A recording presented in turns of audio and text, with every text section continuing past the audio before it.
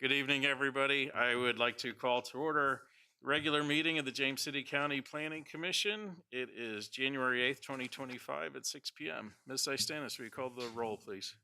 Dr. Allman. Here. Dr. Allman represents the Roberts District. Mr. May. Here. Mr. May represents the Powhatan District. Mr. Everson. Here. Mr. Everson represents the Stonehouse District. Mr. Rogers. Here. Mr. Rogers represents the Berkeley District. Mr. Polster. Here. Mr. Polster represents the Jamestown District. Mr. Haldeman. Here. Mr. Haldeman is an at-large member, and Mr. O'Connor. Present. Mr. O'Connor is an at-large member and is chair of the commission. I'm Susan Istanis, Director of Planning for the county, and it's my pleasure to serve as the secretary to the commission. Sitting to my left, Ms. Liz Parman, Deputy County Attorney. Mr. Chairman, we have a quorum. Thank you very much.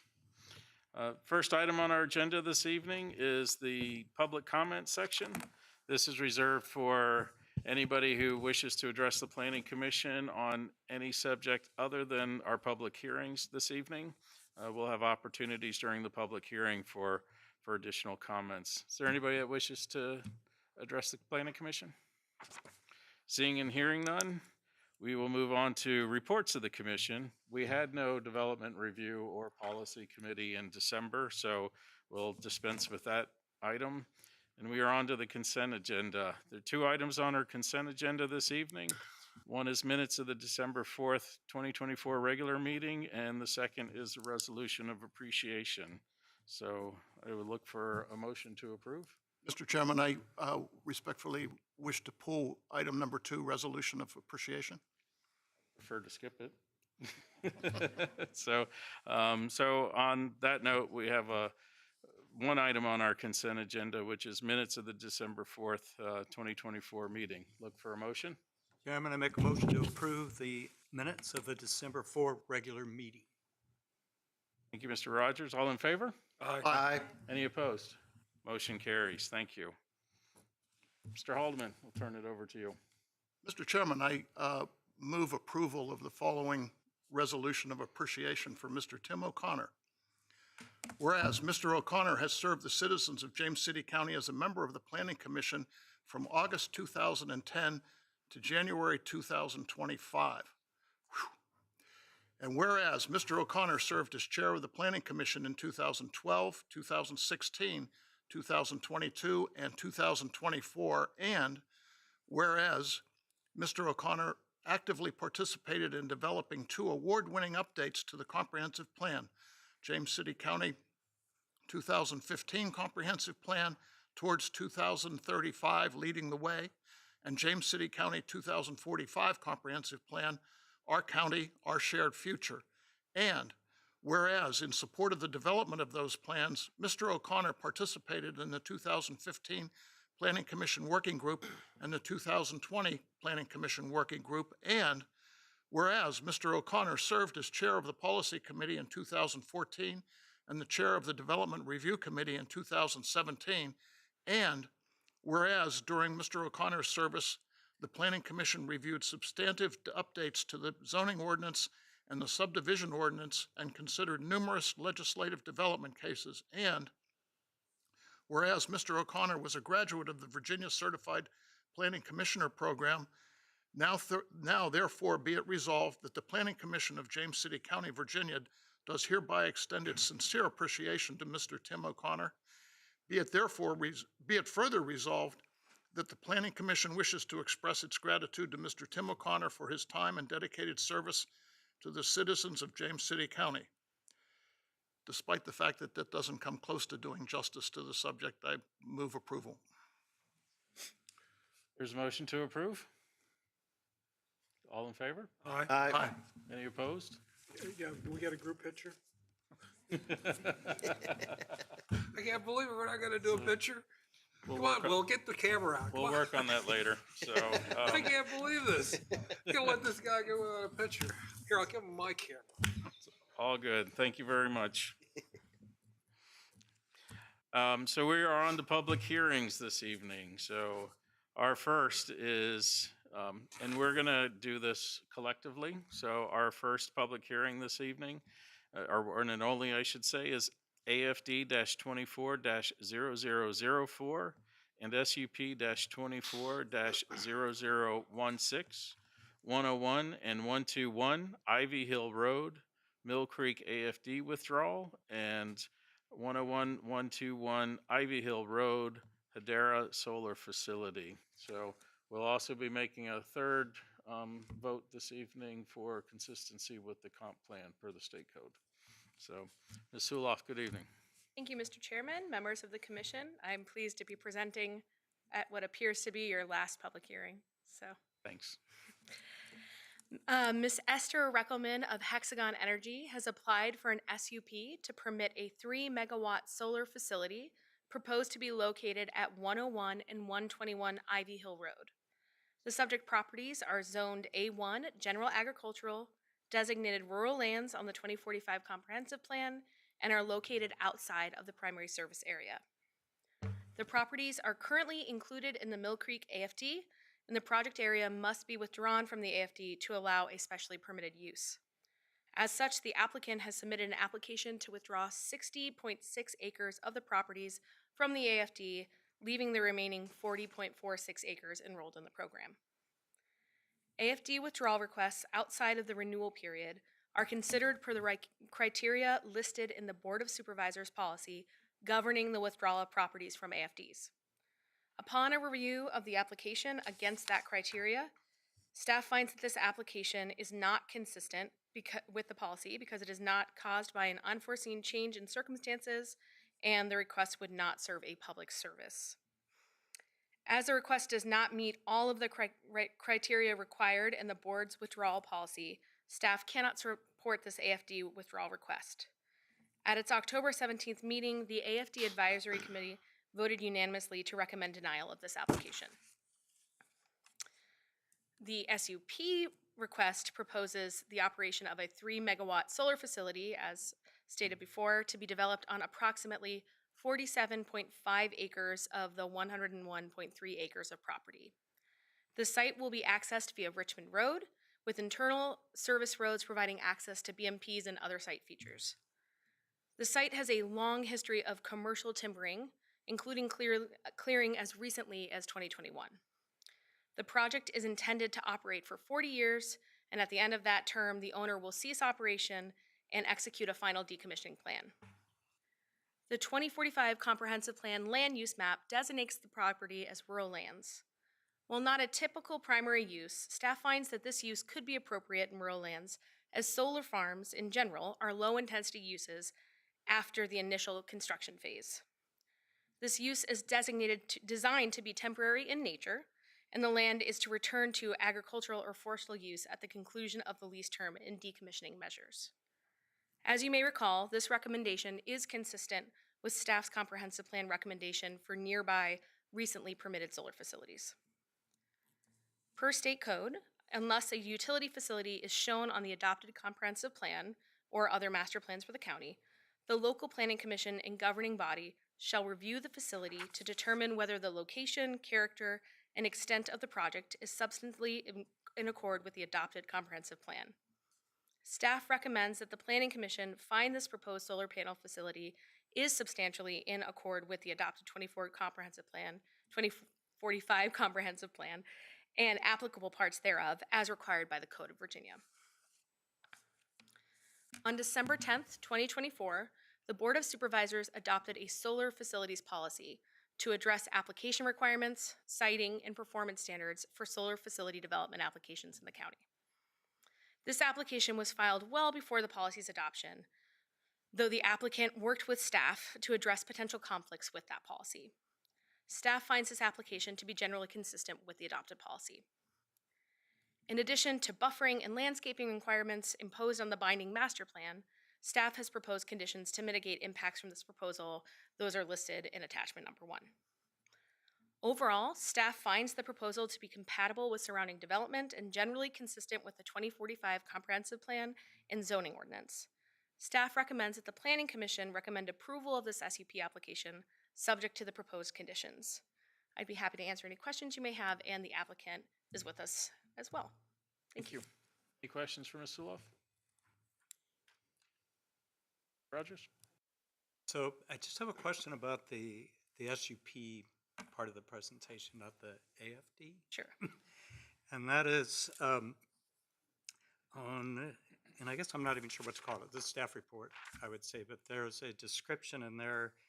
I'm looking at page 7 of 11, where it talks about that normally solar facilities will be 400 feet from the nearest residence, and that in this SUP application, there's one 236 feet, talks about trees. I just, I'm not a scientist. Is that, is there science behind why we should have 400 feet? That was included as part of the adopted policy. And so that is, I forget which policy item that is. It's one of several criteria, and that's why we listed it as one of the 4 where we said it may not be fully consistent. I am not aware of the reasoning that went into the 400-foot language. So staff was only able to evaluate how consistent or inconsistent it was, but I'd be happy to do a dive into any sort of policy documentation that we have for that number. Mr. Everson? Yeah, I'm good for this evening, thanks. Okay. On this policy on solar facilities, on page 3 and 11, it said, solar facilities should avoid the use of forested land. This clearly is not avoiding it. So how do you respond to that part of the policy? Sure. Staff notes that that is one of the criteria that was added to the policy. It was actually the most recent addition. And staff was not given guidance as to the interpretation of forested. So again, we were only able to put in the staff report what was true of the site. So what is true of the site is that while it is forested in some of our GIS data, it is also cleared, and you can look through the GIS data to see it's approximately every 2 years.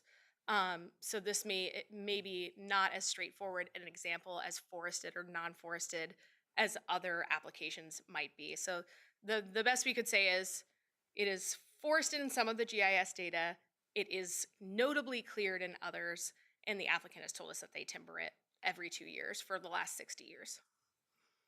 And when you clear cut, aren't they required to then replant? I cannot speak to the requirements of the timbering program, but after I'm here, I am more than happy to have do you want the applicant to come and speak to that now, or? We'll save it for their presentation. Okay.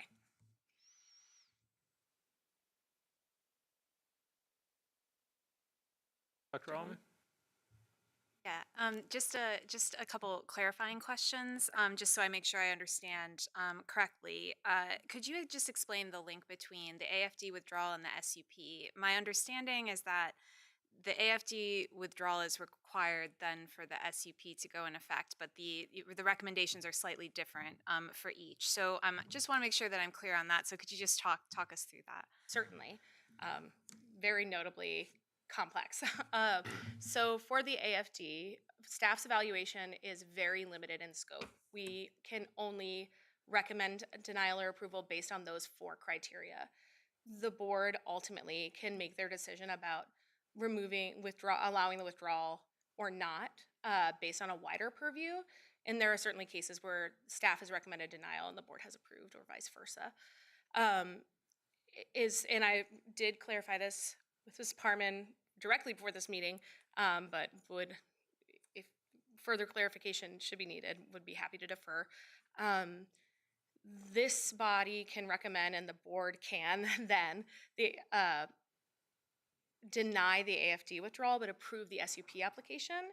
And then the SUP would only be valid once the AFD is withdrawn, most logically at the next renewal period, where you can do that by right. Right. Does that help clarify that? Yes, that's super helpful. Okay. And so that would mean the next withdrawal period would be 2026. Is that correct? Correct. Okay, Yes. so yes, that's great. And then just one more clarifying question, if you don't mind, which is on the public service provision. You have notes on this in the document, but I just wanted to hear from you again about why the solar facility, which has the potential to be connected to the electrical grid for James City County, doesn't count as a public service, why it therefore doesn't meet that public service requirement. Staff has been advised in the past, and we have a long case precedent for the interpretation of what that means. So in past withdrawals, that has been interpreted to mean for a publicly owned facility, such as a school, a fire station, EMS, that sort of thing. Okay, thank you. No problem. Alderman? That was my question. So this is not subject to interpretation. This is established law that a public good in this case, in this context, can only be a publicly owned facility. That has been how staff has been directed to interpret it. It is board policy. And so I'm unable to really say what the law is. And Ms. Parman, I don't know if you want to chime in with that, but that's just been staff's direction over a number of years. I just want to make sure I clarify something, and it may be Ms. Parmentier. With the withdrawal from the AFD, whatever the number of acres are, is up to this point, that piece of property has received a tax break. Staff, yes, I think you know what I'm Yes, going to say. the answer Yes, is staff doesn't comment on tax implications as it's outside of our purview. But, Yeah. but if in fact the property is approved by both the planning commission and the board for withdrawal, the applicant or the landowner will have to reimburse the county for that amount of money for that period of time. You're referring to rollback taxes, Right. and I would not feel confident That's why I've asked Ms. answering that. Parmentier. Yes. I believe that is correct, but I would have to have a minute to research that. I'm pretty confident about it because we've seen cases like that in the past. As a matter of fact, the race field solar farm that they did in Hexagon was exactly the same case where the withdrawal out of the AFD, early withdrawal, which is approved by the Board of Supervisors, that the owner then had to pay the taxes for that portion of the land that was withdrawn. So there is a penalty associated with doing that. There have been several recent cases where the approval of the SUP has also been accompanied by withdrawing from an AFD, several recent solar And so facilities. my point was is that this is not the first solar farm asking for early withdrawal. As a matter of fact, the Hillcrest one and the Racefield one and this one were approved. Thank you. That is correct, yeah. Any other questions for Mr. Luff? Thank you very much. Before we open the public hearing, the applicant has asked the opportunity to speak for up to 20 minutes. And since we're just doing this as one combined, I figured it would be easier to give them 20 minutes to present than have two 15-minute separate presentations. So just wanted to make you all aware of that. So this time I'd like to go ahead and open the public hearing. And my first speaker card is Ms. Reckelman. How are you this evening? Good, how are you? I think I'm still on the old presentation.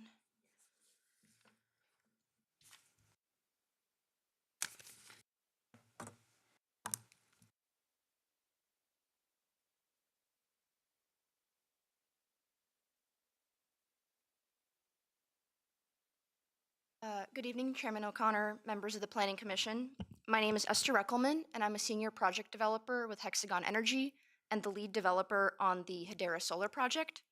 I want to thank the members of the Planning Commission and the planning staff for being here this evening, and I also want to extend a special thank you to Mrs. Suloff and Mr. Crump for their collaboration on the project and for presenting a thorough staff report. I'm excited to share this opportunity with you today. Just an overview of what we'll be discussing. The 3 megawatt Hedera solar project is about 16.5 acres of fence line out of a 101 acre parcel. The project will benefit the county by generating increased county revenue of over $500,000 through both taxes and/or revenue share during the lifetime of the project, and it'll protect the parcel from other more permanent development uses. The energy generated by this facility will be consumed by the community here, right where it's generated, and has the ability to power up to 600 homes in the area. The project is designed to protect and improve the environment, complement the area, and importantly, be hidden from view. Ultimately, we are here seeking the Commission's recommendation of approval for the special use permit, the 2232 Comprehensive Plan Conformance Approval, and recommendation of withdrawal from the Mill Creek Agricultural and Forestal District. What you see on the screen right now is a visual simulation of what the project will look like. The big road is Richmond Road, and you're looking eastbound. So just wanted to include that right there. For a quick overview of the company, Hexagon was founded and still remains headquartered in Charlottesville, Virginia. We have extensive experience developing small community-based projects like these in the Commonwealth and specifically in the Tidewater area. We actually, as Mr. Polster mentioned, developed the Racefield Solar Project here in the county, and I believe it is soon to begin construction if it has not already. It took a great number of people, both at Hexagon as well as outside consultants, to bring together the final product you see in front of you today, and I'm proud to be presenting it. For a little bit of background on the landowners, this property has been in the hands of the Lightman and Silverman families for a few generations now, since about the 1960s. The land has historically been used for timbering and silviculture, so commercial timbering, for at least as long as the landowners have owned it. The last clearing occurred in 2022. I know Mrs. Suloff mentioned 2021. I'm not quite sure which year it was, but I thought it to be 2022. And Hexagon connected with the landowners in 2023, when they expressed interest in finding a more productive use for part of their land. We have worked very closely with them throughout this entire development process. Now on to the interesting stuff. We're proposing a 3 megawatt project on this site. The project site encompasses about 47.5 acres, as Mrs. Suloff mentioned, out of the 101 acre parcel. Out of those 47.5 acres, less than 30 acres will actually need to be cleared from trees, and only 16.5 acres will be actually used for panels within the fence line you see on the screen. The rest of the special use permit area includes stormwater basins, open fields, internal roads, and protected viewshed buffers and wetlands. The site is currently screened by existing vegetation on all sides, mature vegetation, including along Richmond Road, and this mature vegetation will be preserved and supplemented where needed for the lifetime of the project. The facility will not generate any off-site noise, and there will be virtually no traffic generated for the 30 to 40-year life cycle outside of the first few months of construction, during which delivery and traffic schedules will be controlled. It's important to note that the project will not draw on county services such as roads, water and sewer, schools, and the facility will be required to be decommissioned at the end of its lifetime. Lastly, the project will directly benefit citizens who want to partake in the energy transition but don't have the option to put solar on their roofs, whether they're renters or other reasons. It will connect to the Dominion distribution lines that run through the property and connect back to the Towano substation on Chickahominy Road. We intend to submit the project for eligibility into Dominion's shared solar program, and if the project is selected, then 30 to 50% of the capacity will be awarded to low-income residents who receive the largest discount on their electricity from this program. This state-mandated program benefits community members that are most affected by high energy prices, and energy generated at this voltage will remain in the community to be consumed. I want to briefly address the chosen access road for this project. The access point, marked in bright red on the master plan, is located at the northeast corner of Richmond Road. This location was selected after incorporating staff feedback. Initially, we proposed an entrance on Ivy Hill Road, which we thought was preferable for viewshed and traffic. However, staff recommended using a principal arterial road for ingress and egress, so we revised our design accordingly. We included the original Ivy Hill Road entrance as an appendix for consideration in our application, and I mention it mostly to highlight our ongoing collaboration with staff, whose input has been invaluable in the design of our project. Traffic impact and VDOT site distance analysis were conducted for the Richmond Road entrance, confirming it has ample site distance for a low-volume commercial entrance. As for haul routes, which you see on the screen up here, there are two options, both of which include exiting I-64 closer to New Kent and taking Richmond Road eastbound towards the site. These options avoid exiting at Anderson's Corner and then having to take Richmond Road westbound and making a U-turn to enter the property. Improving environmental conditions is a core part of Hexagon's mission. As outlined in condition number 14 of the staff's proposed conditions, we will use Virginia native and naturalized grasses along with pollinator-friendly species as ground cover beneath the panels. This intentional ground cover choice will reduce soil erosion, increase soil organic matter, support pollinators, and enhance crop pollination for nearby farms. This will also improve on-site water management, reduce maintenance, and build healthy topsoil. Our project includes significant setbacks from field-delineated wetlands with 100-foot buffers around streams known as resource protection areas. Aerial imagery shows that past timber clearing has impacted these vital resources, and we believe our project will aid in their restoration by allowing the wetlands to rest and recover. We've conducted thorough endangered species searches and are committed to meeting James City County's robust stormwater erosion and sediment control requirements with guidance from our consultants at Kimley Horn, who are with us today. Our use of single-axis tracking technology instead of fixed tilt panel systems creates more space between the panels, allowing for greater water absorption beneath them, while the deep root systems of native grasses further enhance water retention. Regarding land use, this site is a monoculture pine plantation, not old-growth hardwood, and it is cleared cyclically and then sprayed in order to encourage the growth of pines and stave off competitor species. If this project were not developed, the land would likely continue to be cleared and sprayed cyclically. Our project replaces traditional energy sources, resulting in emission reductions that far outweigh the environmental impact of the 30 acres of trees set to be cleared on this site due to the project, which would likely be cleared regardless, given its operation as a timber farm.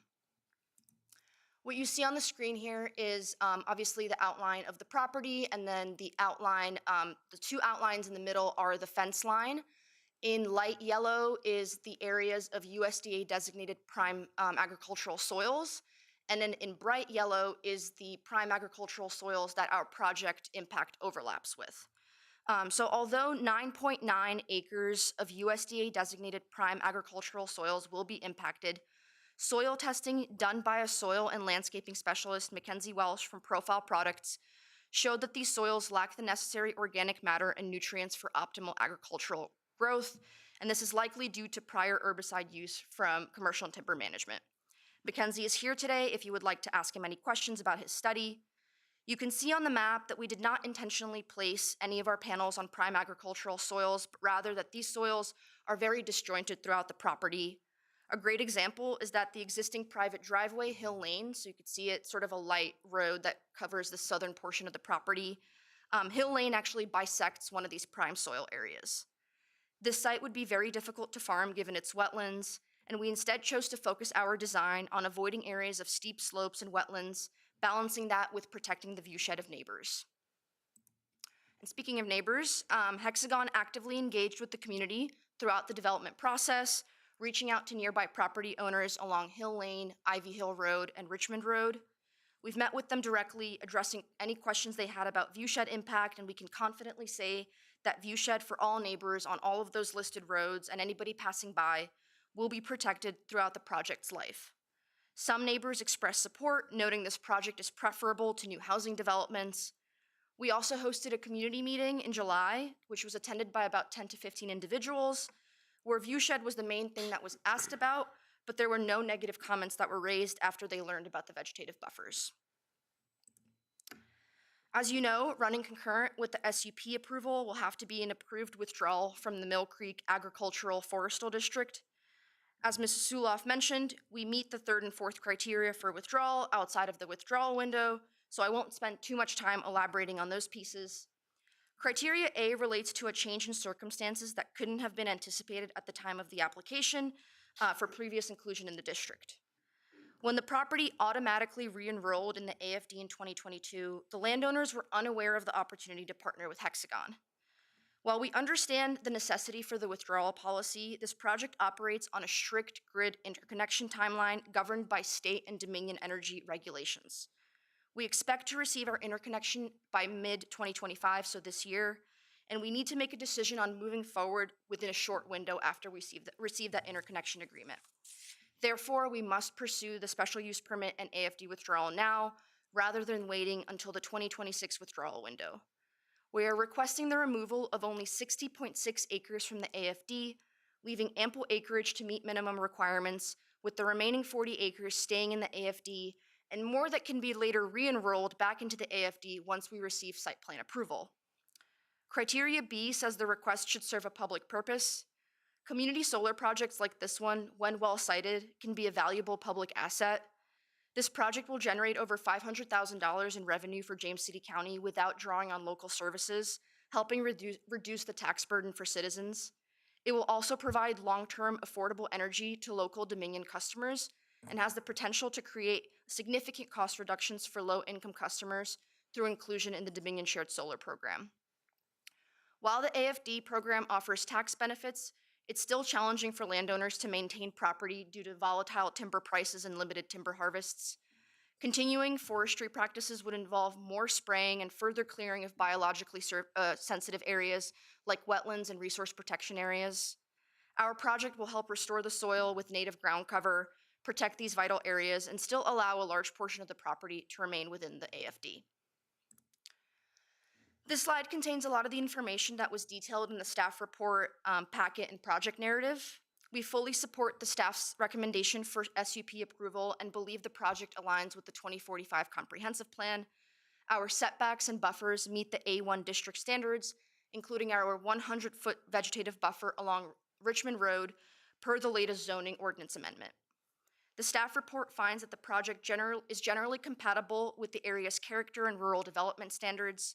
The comprehensive plan supports solar projects outside of the PSA, highlights their environmental benefits, and encourages land uses that are compatible with rural surroundings. We have also agreed to all 26 conditions that were outlined by staff in your report. Although we submitted our application well before the new solar facilities policy, which was passed in December, we submitted our application in July. We tried to design the project to generally conform to this policy. As noted in the staff report, we are largely consistent with the policy, though there are a few areas of nonconformance. I'm happy to discuss these points and explain why these design choices were made after the general presentation. In recent years, solar development has been under intense scrutiny from a local and state level. The list here indicates the different agencies, reviews, and studies that are required before construction can even begin. I won't bore you with listing out each of these approvals, but it certainly highlights the level of detail and requirements that must be met. Specifically for stormwater management, which I know is one of the top priorities of the county, we've had several iterations of our design after exchanges with county SRP to make sure that we are confident in the placement of our panels and our stormwater basin design can meet the standards of the state and the county. Construction timeline is estimated to take approximately 6 months. Once operational, this project will be a quiet and invisible neighbor. Unlike more intensive land types of development, such as residential housing, solar development can be easily removed. Decommissioning bonds are included upfront and will be updated throughout the life of the project to reflect any ongoing changes to cost in decommissioning. And last but not least, some takeaways. Based on our analysis, the project provides many benefits to James City County. Solar electricity generation is a safe technology. These panels are located on houses, schools, hospitals, buildings all across the country. The project will generate revenue for James City County without drawing on county resources like roads, water and sewer, and schools. The project aligns with James City County's long-term goals and 2045 comprehensive plan, protects the viewshed, and is low impact to the community. It's an opportunity for the landowner to protect the land from other uses for decades. The electricity will serve the local community and still allows an ample amount of land to remain within the AFD. Planning staff included 26 conditions that Hexagon agrees to. We've been working with staff since July of 2024, and many adjustments, either voluntary or recommended, have been adopted by the project. We will continue to work collaboratively with the county on this project, so we respectfully request the recommendation of AFD withdrawal, recommendation of special use permit approval, and comprehensive plan conformance 2232 approval. Thank you, and I'm happy to answer any questions. Thank you very much. Any questions for Ms. Ruckelman? Mr. Alderman? Hi. Thank you for your answer to my question about the regulatory environment. This has to be built this year or you lose this regulatory requirement. Is that right? I will sort of amend that and say it doesn't have to be built this year, but the way that the regulatory environment works is once we get our interconnection agreement, which will come this year, we have a 75-day window during which we have to both say yes or no, are we moving forward with that interconnection agreement, and also post a hefty lump sum of money for any upgrades that we have to do to the electrical grid as part of this project. And yeah, that all has to happen this year. If, if the withdrawal request is denied by the Board of Supervisors, could you come back next year and restart this process? I know that's not what you want to hear, but I mean, is that possible that you could come back after the AFD withdrawal was approved during the renewal period, and then go through this process again and get the regulatory approval and so forth? I certainly would love if that were the case. I think the issue comes with it is not financeable, or it's not financially going to be compatible to put up the amount of money that is required during the interconnection agreement period without having the necessary local approvals. And so likely what would happen if the AFD was denied is that we would receive our interconnection agreement. Financing parties would not feel comfortable financing that amount.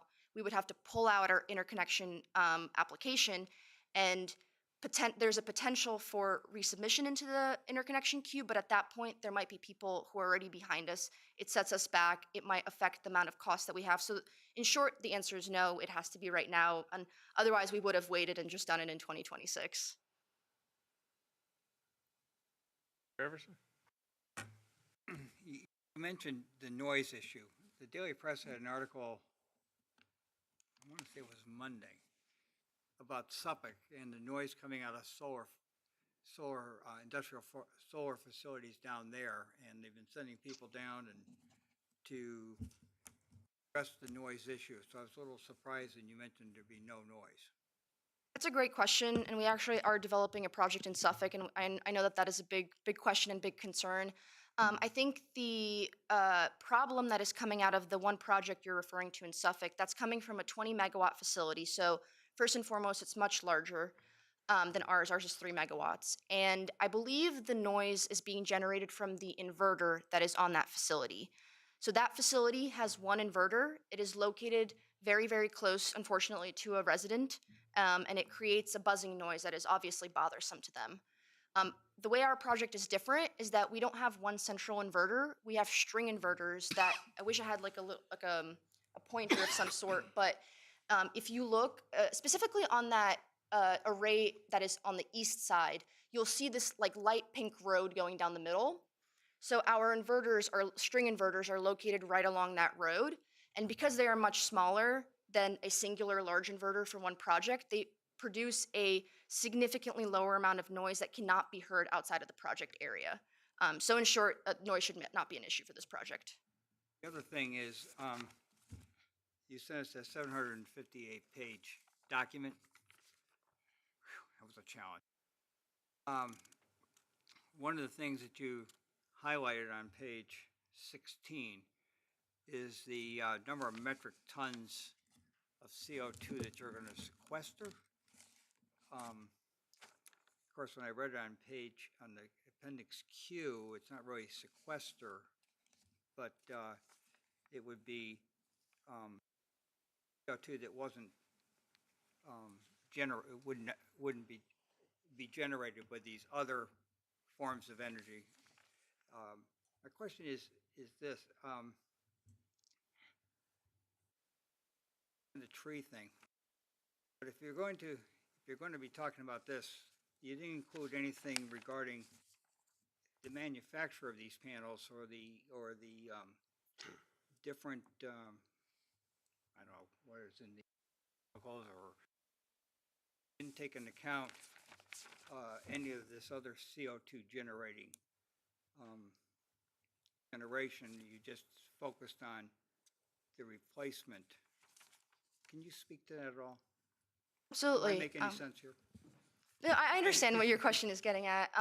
Yeah, I believe you're right. It doesn't include the manufacturing of the panels, but what it does include is the other generating sources, like you mentioned yourself.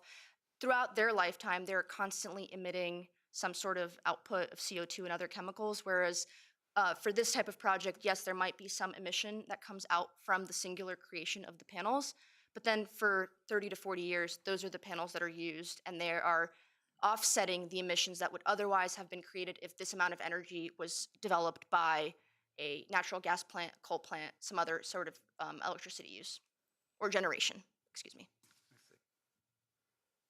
I hope that answers your question. Yeah, I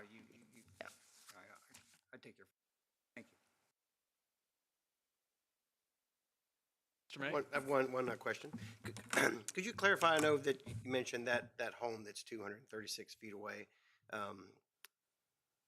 that there were numerous attempts to contact that individual to kind of get their feedback. Could you maybe just kind of elaborate on the attempts that were made and what you found? Absolutely. So, and this helps me elaborate a little bit more about how I generally did outreach in the area. So, the first outreach that I did was, I believe, in May or June of 2024. I wanted to knock on the doors of individuals or just get to know the folks that specifically owned property past our property along Hill Lane. So, I sent letters to a lot of those people because there's a lot of those folks, there's no homes on their property, but I assume they live in the area. Sent them letters, and a lot of them did reach back out. We were able to either schedule meetings or phone calls. During that point, I met the individual that owns the Virginia Lawn and Landscaping property that's to the east of that landowner, who's 236 feet away. He told me about the woman that lives there, and so I knew I sent her a letter. She had not reached out, but I figured might as well, if I'm here, gonna knock on her door and see if she's home. Knocked on her door. There was children home, but there was no adult that answered the door. I didn't want to scare them, so I left a little note with my phone number and just walked away. Later, I sent another letter when I invited, so the people that I invited to the community meeting were folks that owned property along Hill Lane, and then any property that either touches ours or is directly across the street on Richmond Road. So she was one of the individuals who was sent a letter, just like everyone else. She did not attend the community meeting. And then our last attempt to reach out to that landowner was, we decided, maybe the letters are getting lost. And so we sent a certified mail letter that required their signature upon reception of the mail. And I believe that it's included in the appendix. So we received signature that the person received the mail, and the letter was essentially, and I think I included the letter in the appendix as well. The letter essentially invited them for conversation and feedback regarding the project. Thank you. Yeah, absolutely. Any other questions? I just have two real quick. Most of these applications that we've seen over the last couple of years have been like a 20-year lifespan, and this is projected to be 40. Is that correct? So Up to 40 years, yes. So will that require replacement of panels along the life of the project, or are the panels now just do they work for 40 years? So It's a great question.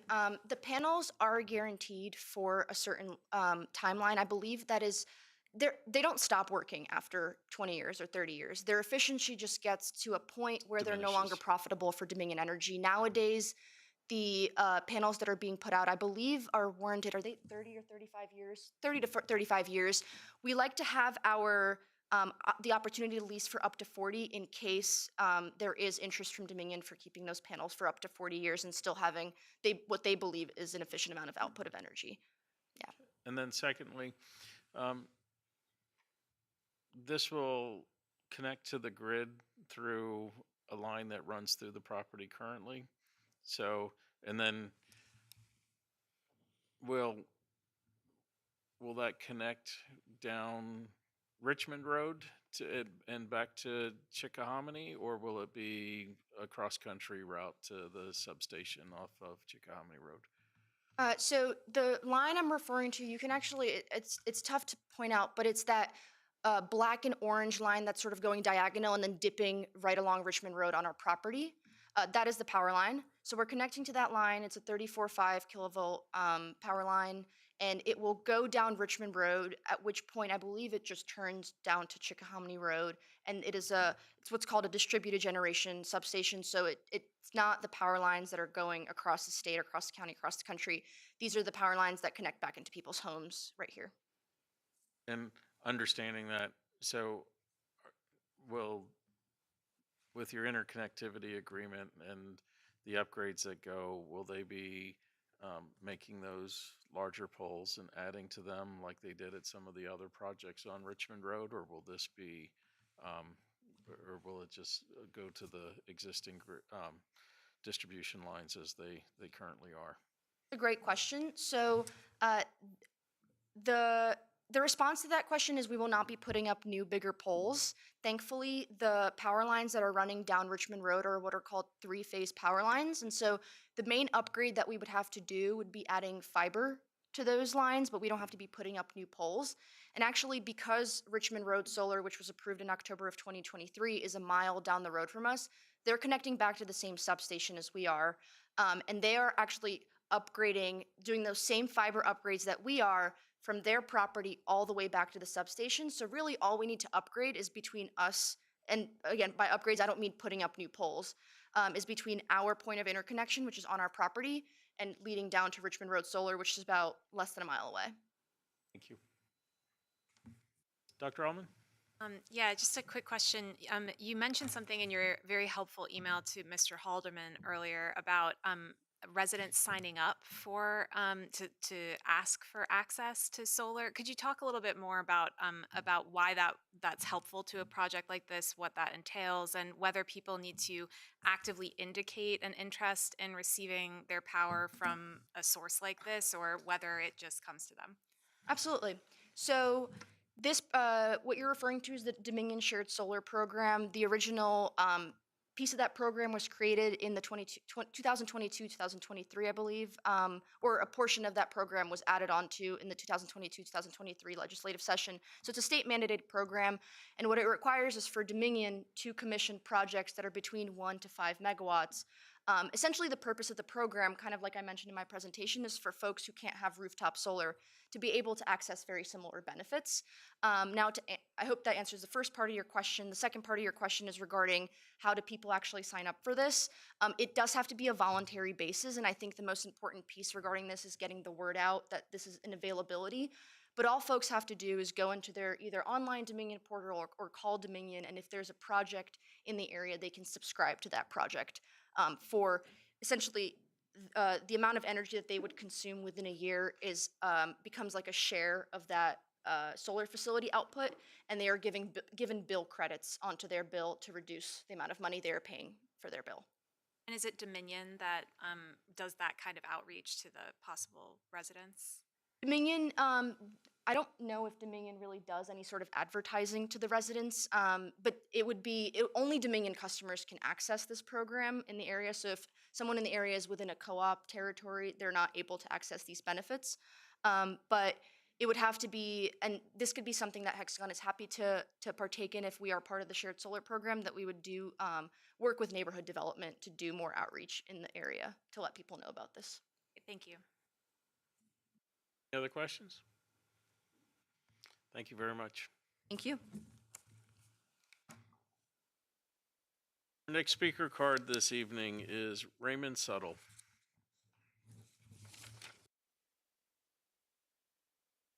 Evening, Mr. Chairman, members of the commission. My name is Raymond Suttle. I'm an attorney with Kaufman and Knowles, and I represent one of the property owners, Ivy Hill LLC, and its principal, Ms. Ellen Lightman. Unfortunately, Ms. Lightman could not be here tonight, but she wanted me to pass along a short message to you.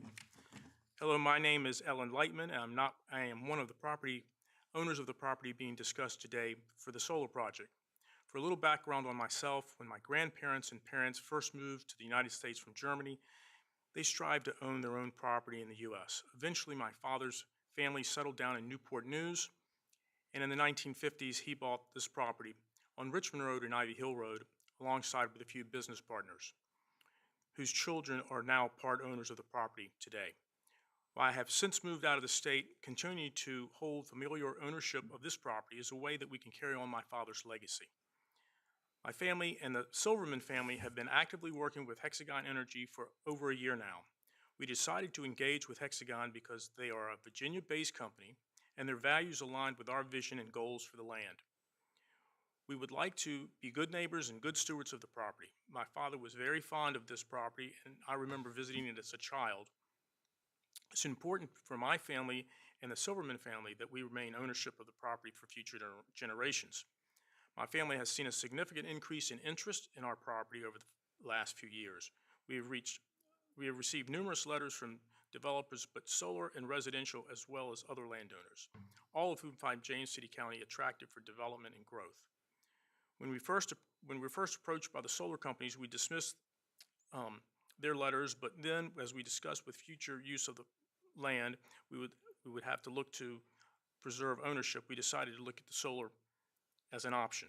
Hexagon Energy stood out as not only because they were a Virginia-based developer, but also because of the care they took to design the project in a way that does not impact surrounding neighbors and landowners.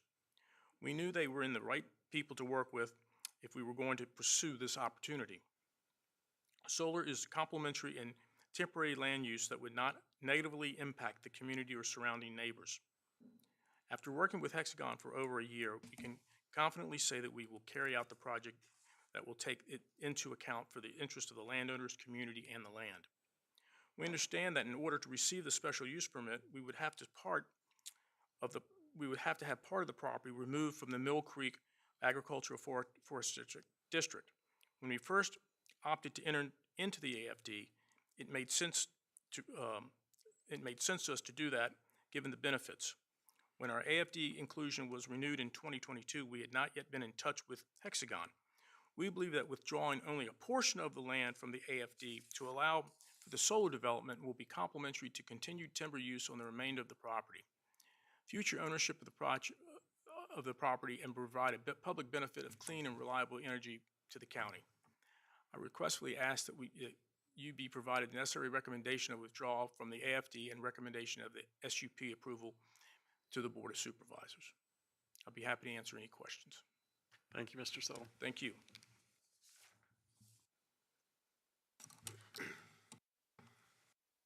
Next speaker card, Donald Hazelwood.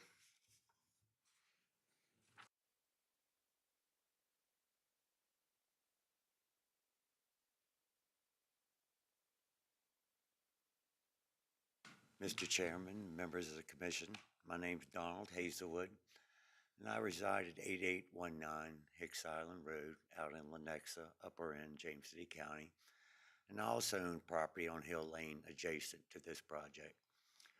I went to the community meeting that they held back in June or July, and it was my first time viewing the site plan, and I think they've done a wonderful job with their buffers, and I like the solar project, so I'm here to support it, and just hope you do too. Thank the staff for supporting the project, and that's all I've got. Thank you all. Have a good evening. Thank you, Mr. Hazelwood. Last speaker card I have is Jackie Brown.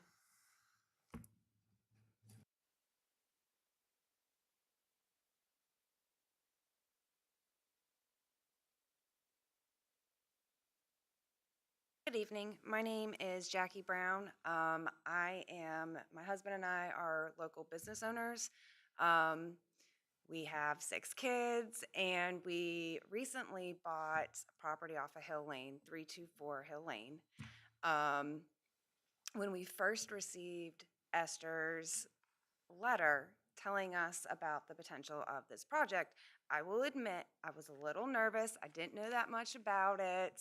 I had the same thoughts everybody else did. Oh no, this is going to be an eyesore. This, was going to be loud or anything, one of those numbers. You hear stuff in the news all the time. So I set up a meeting with Esther. She was amazing. Anytime I call her, have a question, she's right there. She'll text me in the middle of the night if she's not sure. Let me go find out. I talked to her about the plans and how this was going to affect environments.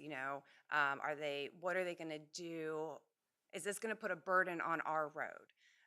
Those are things that I was looking at long run.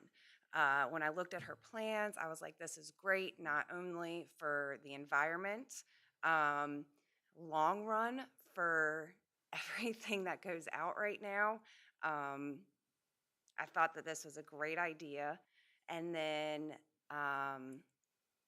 just, she's put so much into this, and the whole company has. I feel like this company is very good for the community, for the county. They care.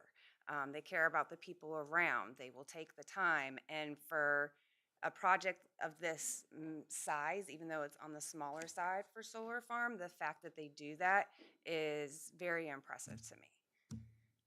So I'm here to support it. I hope it goes through. I hope you guys say yes. Let's bring it. If you have any questions, please let me know. Thank you, Ms. Brown. Is there anybody else that wishes to speak to this application? Seeing and hearing none, I will close the public hearing and open it up for discussion. Mr. Alderman? I like the project. Unless something detrimental turns up in the rest of this discussion, I plan to support the SUP. I'm hung up on the AFD withdrawal. The second objection is that this isn't a public service. I find that hard to understand. It seems like a wonderful public service, but if it doesn't meet the county's definition, I don't know how to get around that. So it comes down to the first objection, which is caused by change in circumstances, and that's interpreted by the county as the death of the owner. The question I asked, and both in writing and tonight, having to do with the regulations, if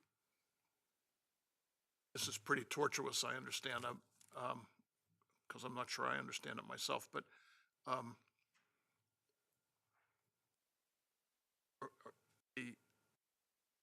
could the fact that this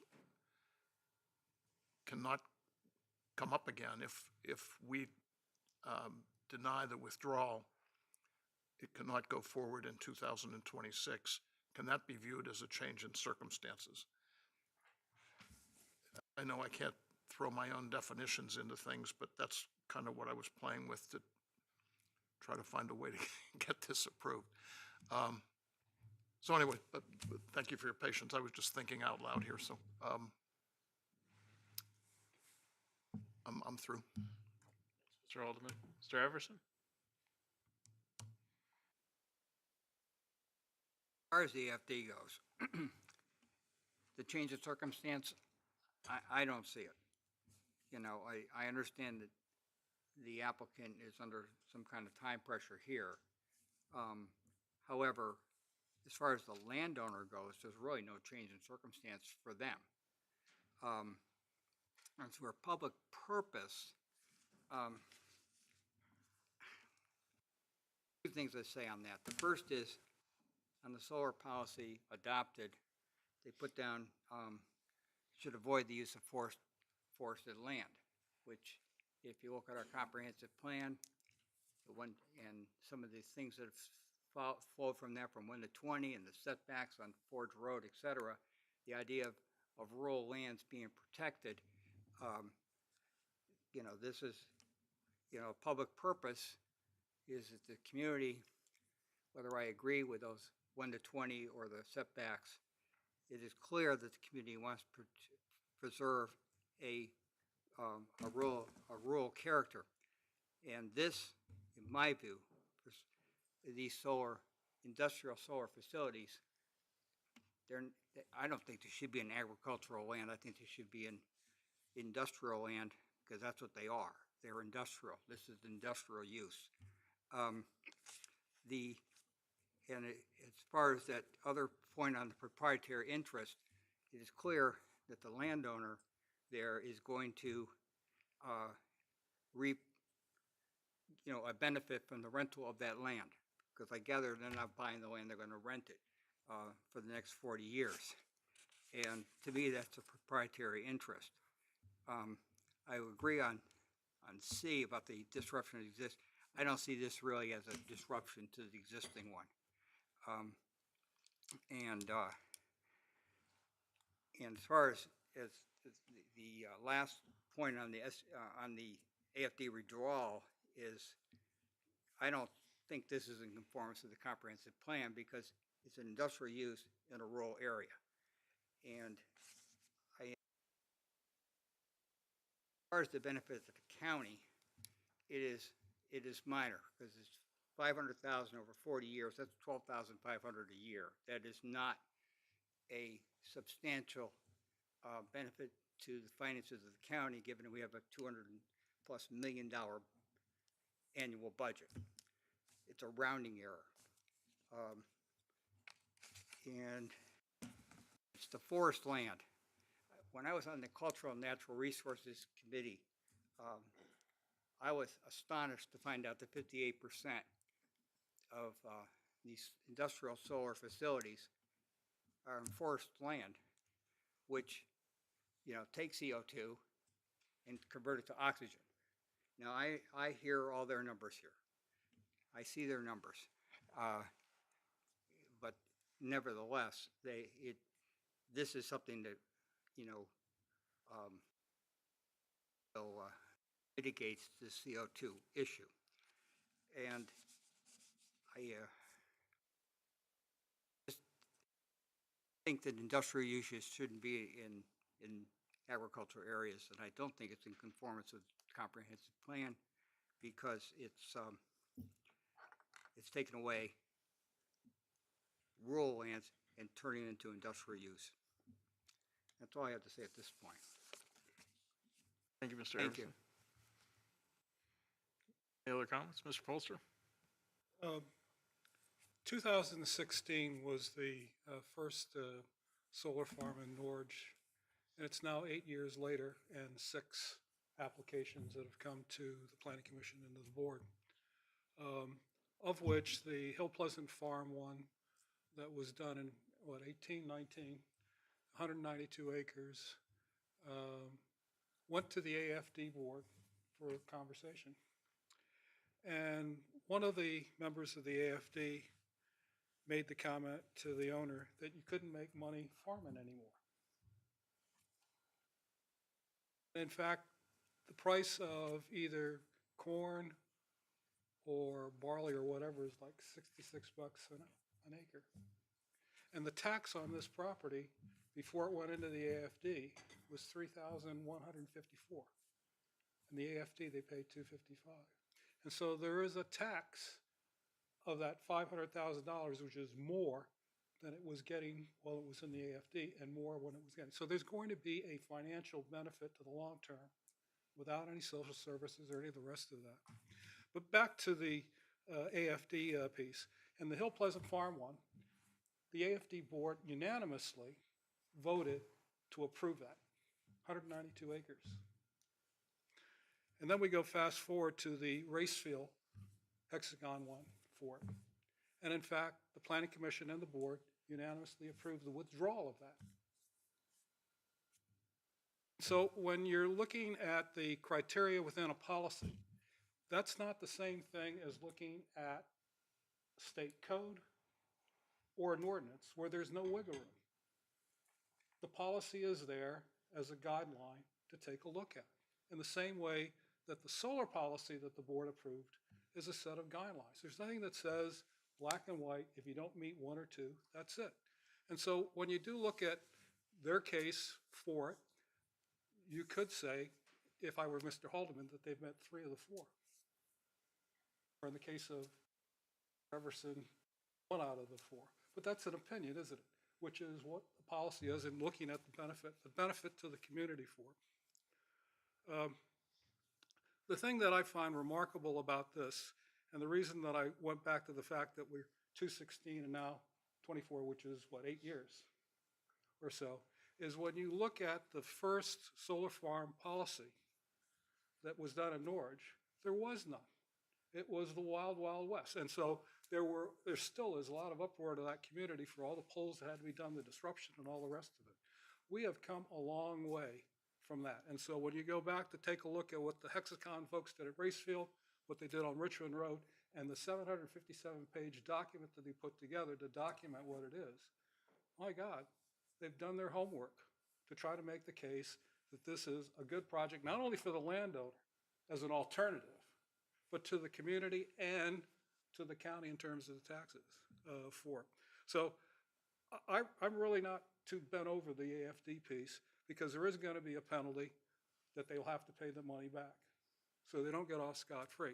But the benefits to the community and to the county makes more sense than anything I can think of. And if anybody has been following any of the news with the data centers and the consumption of power, and the fact that we have Dominion Power that now wants to continue to get off the carbon piece, and the solar is exactly that. And so that sequestration for that and the use of that land, to me, makes sense.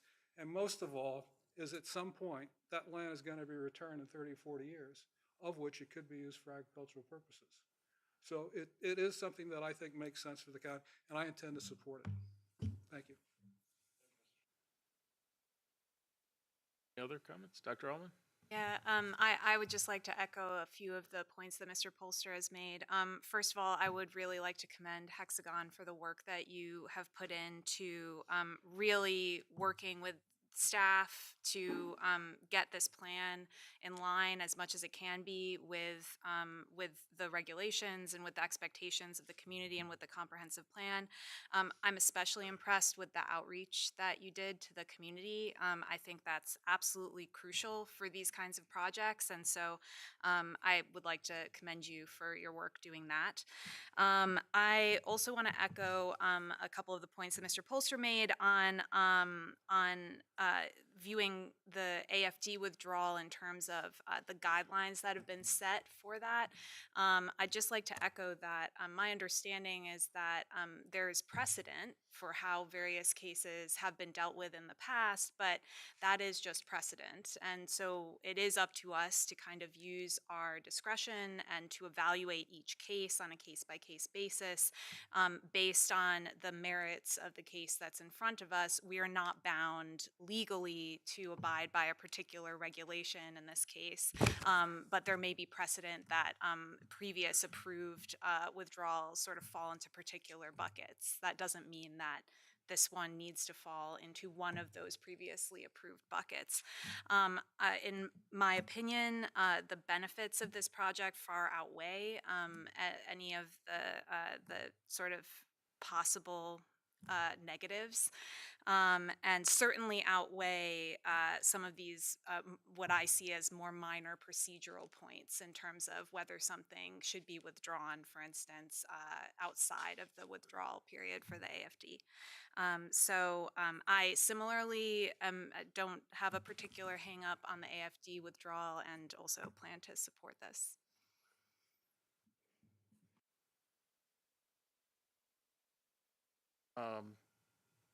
Typically, I'm not favorable to withdrawing outside the AFD window, but I recognize that, this is 2025, we're looking at 2026, so this is less than a year window by the time this gets through the Board of Supervisors. Ms. Ruckelman, thank you for your presentation. That is by far the most comprehensive presentation we have seen for a solar facility.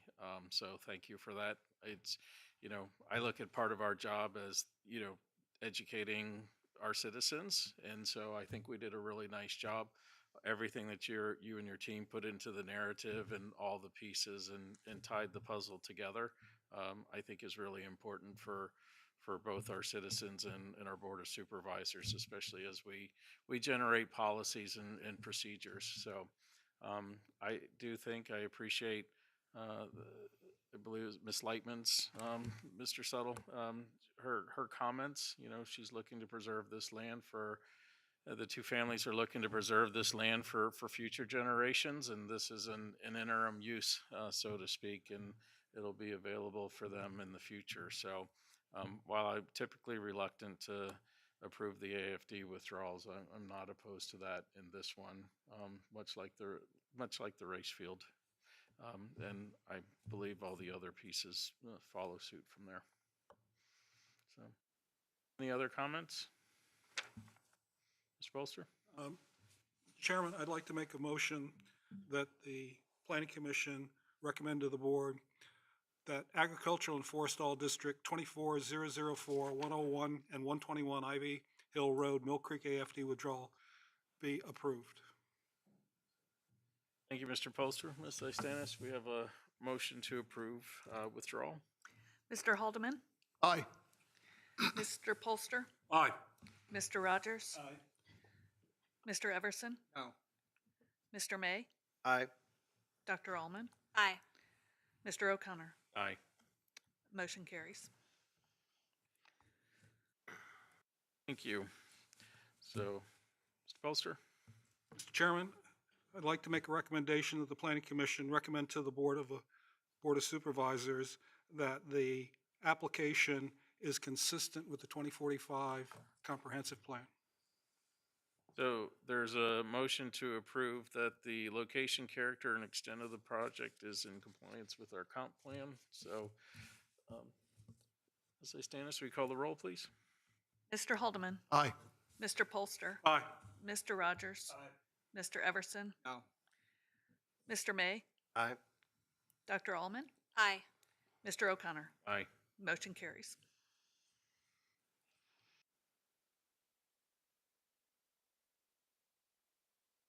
Polster, I'll go back to you.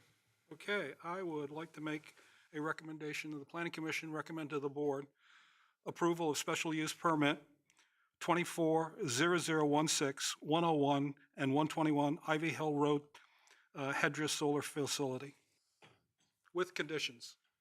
And conditioned upon AFD withdrawal. And with the condition of the AFD withdrawal. Do we do that portion, the AFD withdrawal? Already voted on that, so no, you're fine. Okay, so, Ms. Lystanis, will you call the roll, please? Mr. Haldeman? Aye. Mr. Polster? Aye. Mr. Rogers? Mr. Everson? Oh. Mr. May? Aye. Dr. Allman? Aye. Mr. O'Connor? Aye. Motion carries. So, thank you very much. So this concludes our public hearings this evening, and we have no Planning Commission considerations. So we are on to the Planning Director's report. I have nothing additional to add to the report. And I think, as Mr. Haldeman said, it seems like such a minor thing to say thank you after close to 15 years. And I know I've only known you for about a year and 5 months, but I certainly recognize the importance and the contribution you've made to this county. So I wanted to thank you personally. Well, thank you very much. Appreciate that. So, any questions for Ms. Lystanis? Mr. Haldeman? Do we have our plans afoot for a comprehensive plan revision this year? Not this year. This year, okay. Final agenda item, Planning Commission discussion and requests. Anything? Mr. Polster? I'm going to really miss Tim O'Connor. I bumped into him in a public hearing that I got up to speak, and it was on the Kings Mill thing with the piece on it. At that time, he was working for the Kings Mill folks as the property management folks. And as a planning commissioner, he recused himself and left the DS and went outside. And I got up there and spoke, blah, blah, blah, blah, BMPs, blah, blah, blah, blah, blah, blah, on the rest of it. And I walked out in the lobby, and Tim grabbed me, and he said, show me their slides. And he started pointing out to me those BMPs that weren't the communities or whatever, but he did it in such a way that was instructive, but also kind of a teaching moment. But the thing that caught me, one, that they did it, but it's the way he does it, because Tim's one of these guys that just stays kind of level all the time. Doesn't get excited, whatever. And that has been the mark of his leadership in the 7 or 8 years that I've been on this. I've appreciated Tim's perspective because he came from the property management and the development community, and he had a set of insights that and so when we have these conversations, I would always pay attention to what he had to say because it was a perspective thing, which is one of the beauties about this planning commission and the board, that we are a very collegial group. And so I am really going to miss him for his guidance, his leadership, and he's just been a great friend over the years. And so, well done, Tim, and we're going to really miss you. At least I am. Well, thanks very much. So, I really wasn't expecting anything. That, you know, as Frank said, I like to fly under the radar. So, I do appreciate all the kind words. Ms. Stannis, you know, you've been here a portion of the time, but the entire team and staff has been super over the years. I'm sorry, Mr. Holt and Ms. Rosario left. So, you know, I made the commitment to get through the last comp plan, so I'm not sticking around for another one, Jack. So, you know, we all hope that we move on and have left something better in our wake.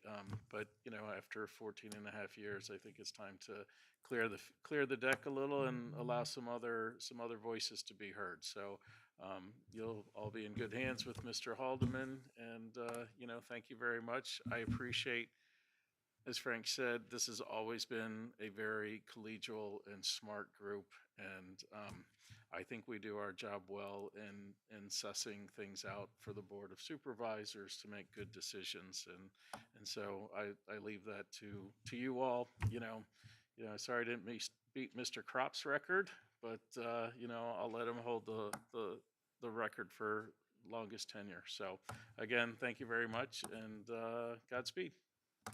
So at that point, I will entertain a motion to adjourn. So moved. So all in favor? Aye. So we are adjourned.